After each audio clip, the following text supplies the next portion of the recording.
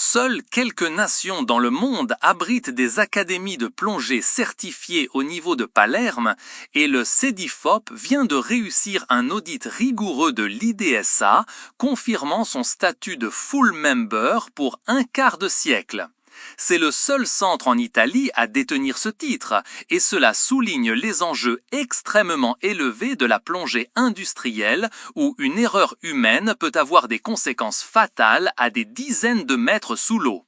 Noah, cet audit n'est clairement pas un simple contrôle de routine, n'est-ce pas? Non, Jasson, pas du tout. La présence à Palerme de Léo Lagarde, l'actuel chairman de l'IDSA, et de l'auditeur Wim Geritz indique précisément l'importance cruciale de cette étape pour l'infrastructure mondiale de formation. L'International Diving Schools Association, fondée en 1982 pour uniformiser les normes des plongeurs commerciaux, n'accorde pas son titre de full member à la légère. Les auditeurs ont physiquement examiné les carnets de plongée des élèves, vérifiant chaque enregistrement. Ils ont assisté aux exercices pratiques du cours de scaphandrier inshore, évaluant non seulement la technique, mais aussi le respect millimétré des protocoles de sécurité. C'est un examen absolu, car un brevet IDSA délivré en Sicile doit garantir exactement les mêmes compétences qu'un brevet délivré à Aberdeen ou à Stavanger. Cela soulève le concept d'équivalence. La législation italienne, notamment le décret de la région sicilienne d'octobre 2024, se réfère explicitement aux notes d'information de l'International Marine Contractors Association, l'IMSA. Il stipule que les critères minimaux pour les plongeurs avec air fourni depuis la surface sont satisfaits par la norme IDSA niveau 3. Comment cela transforme-t-il un centre de formation local en un véritable pôle international? Cela transforme le diplôme en un passeport mondial. L'IMCA représente les plus grandes entreprises du secteur de l'ingénierie marine et offshore. Quand l'IMCA recommande l'IDSA niveau 3, elle signale aux multinationales de l'énergie, des télécommunications sous-marines et de l'extraction qu'un opérateur formé selon cette norme est prêt pour des travaux offshore en toute sécurité. Le CEDIFOP délivre les certifications de niveau 1 et 2 pour l'inshore et surtout le niveau 3 connu sous le nom de top-up. Sans cette convergence réglementaire entre les décrets régionaux qui rendent les normes IDSA obligatoires et les associations industrielles internationales, un plongeur italien serait confiné à un marché local restreint. Grâce à cela, la formation à Palerme est directement utilisable sur les plateformes pétrolières de la mer du Nord ou en Australie. Il y a une complexité technique que nous devons détailler. On confond souvent la plongée industrielle avec la plongée récréative avancée, mais les dynamiques opérationnelles et les risques sont à des échelles complètement différentes. Quelles sont les différences pratiques entre la qualification inshore, soit le niveau 2 IDSA, et la qualification offshore, le niveau 3 top-up, que les auditeurs ont surveillé avec tant d'attention au CEDIFOP? La différence essentielle réside dans l'environnement opérationnel, la profondeur et les technologies de support de vie. Le niveau 2, l'OTS inshore, permet aux plongeurs de travailler en eaux intérieures et portuaires jusqu'à 30 mètres. Il s'agit d'interventions de charpenterie lourde, de soudure sous-marine, d'inspection de barrages et de coques de navires. Le plongeur reçoit du gaz respiratoire via un narguilé relié à la surface, où un superviseur contrôle en temps réel ses paramètres vitaux et sa communication. Dans des nations comme la Belgique ou les Pays-Bas, ce niveau garantit l'accès direct à la plupart des chantiers de génie civil hydraulique. Le niveau 3, top-up, représente le passage aux grandes profondeurs. Les immersions atteignent 50 mètres. À cette profondeur, les temps de décomposition deviennent critiques et la gestion des mélanges respiratoires se complique exponentiellement. On commence à utiliser des paniers de récupération et des cloches ouvertes. Lors de l'audit, le CDIFOP a dû prouver que la transition pédagogique entre les opérations portuaires et les opérations offshore se fait avec une progression didactique et instrumentale impeccable. Si l'infrastructure technologique et les procédures sont si standardisées mondialement, je me demande si la valeur ajoutée du CDIFOP se limite à la possession d'un simple certificat. Y a-t-il un risque réel que des centres de formation, dans des pays où le coût du travail est plus bas, puissent reproduire ces normes, marginalisant ainsi l'excellence italienne? La compétition sur le marché de la formation pour le plongeur commercial est féroce. Le risque de la compétition sur les coûts existe dans tous les secteurs, mais la plongée commerciale possède une barrière à l'entrée formidable, la responsabilité légale en cas d'accident.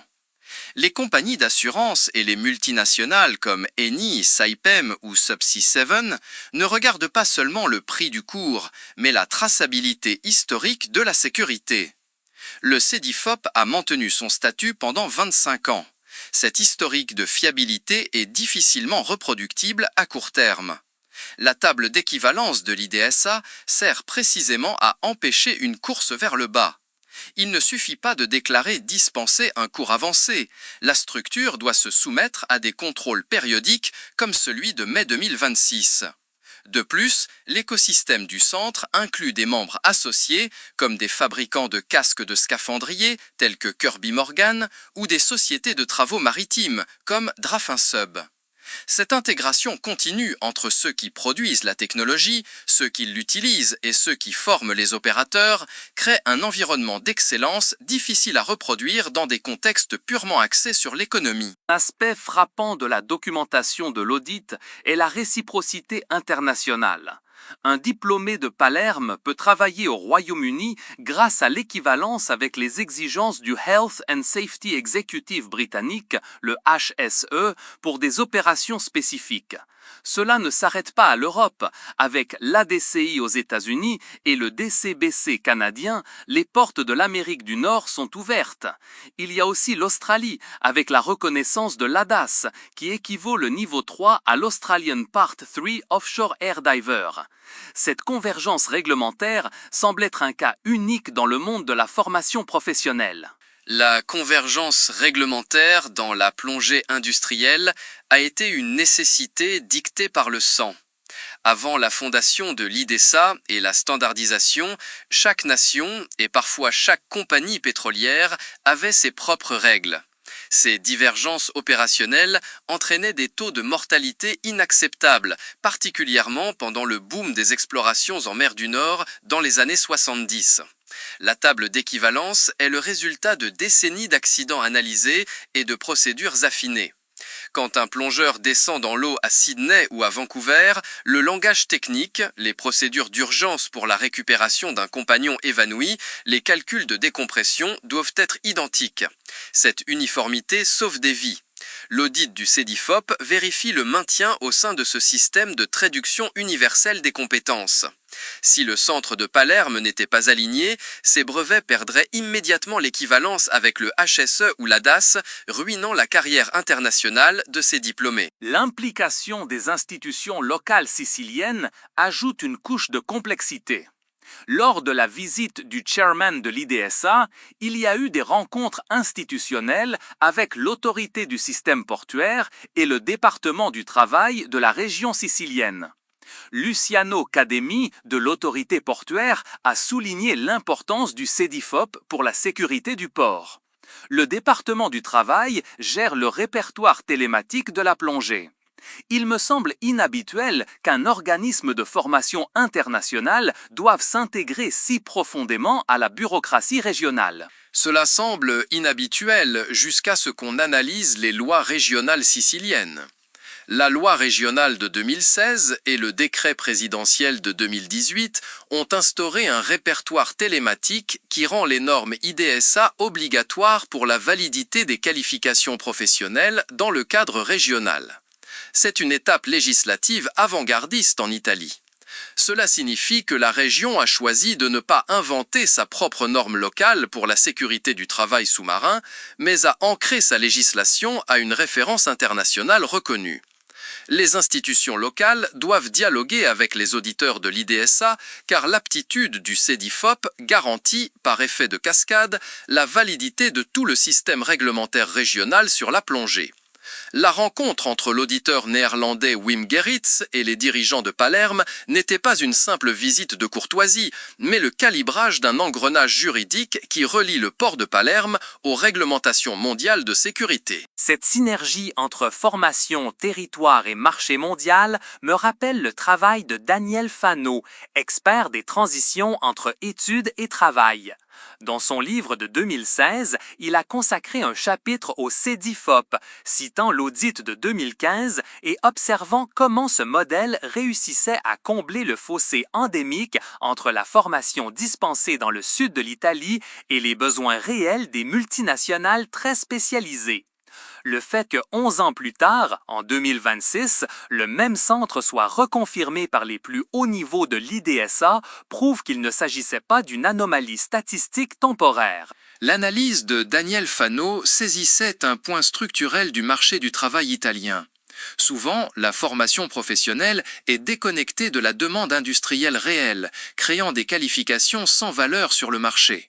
Le modèle CEDIFOP inverse ce paradigme en partant de la norme exigée par les employeurs finaux, l'IMCA et les entrepreneurs offshore, et en construisant l'offre de formation à l'envers pour satisfaire ces exigences exactes. Quand les auditeurs de l'IDSA évaluent la planification future des cours, ils mesurent la capacité du centre à anticiper les nouveaux défis technologiques, comme l'intégration entre l'opérateur dans l'eau et les véhicules sous-marins télécommandés, les ROV. Le plongeur moderne n'est pas seulement un ouvrier sous-marin, mais un technicien spécialisé qui interagit avec l'ingénierie robotique.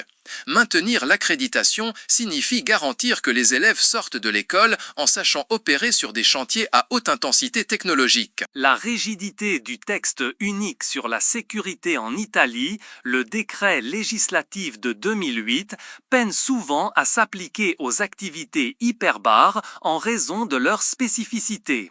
Adopter les normes IDSA fournit un protocole sans équivoque pour la gestion des risques. L'audit de 2026 établit un principe clair. La sécurité ne s'obtient pas par la simple administration d'un cours théorique, mais par une formation vérifiée par des inspecteurs tiers qui connaissent les dynamiques implacables des fonds marins. Le modèle examiné à Palerme établit que la compétence opérationnelle doit être démontrée, tracée et internationalement reconnue pour protéger les vies humaines dans un environnement qui ne pardonne aucune distraction. Traçabilité est le pivot de tout le système. Le carnet de plongée que les auditeurs IDSA examinent est un document légal qui atteste de l'expérience du plongeur. Une erreur de procédure dans la formation ne se limite pas à causer un dommage économique, mais expose l'opérateur à des embolies, à l'intoxication par l'oxygène ou à l'hypothermie. La sévérité de l'audit de mai reflète la nature intransigeante de l'industrie. Le résultat final est un professionnel capable d'opérer avec un maximum d'efficacité et de sécurité, capable de dialoguer techniquement avec des collègues venant de continents différents, unis par une seule norme rigoureuse. Si vous avez trouvé utile cette analyse sur les dynamiques de formation dans la plongée industrielle, partagez cet épisode avec ceux qui s'intéressent à l'ingénierie sous-marine et à la sécurité maritime.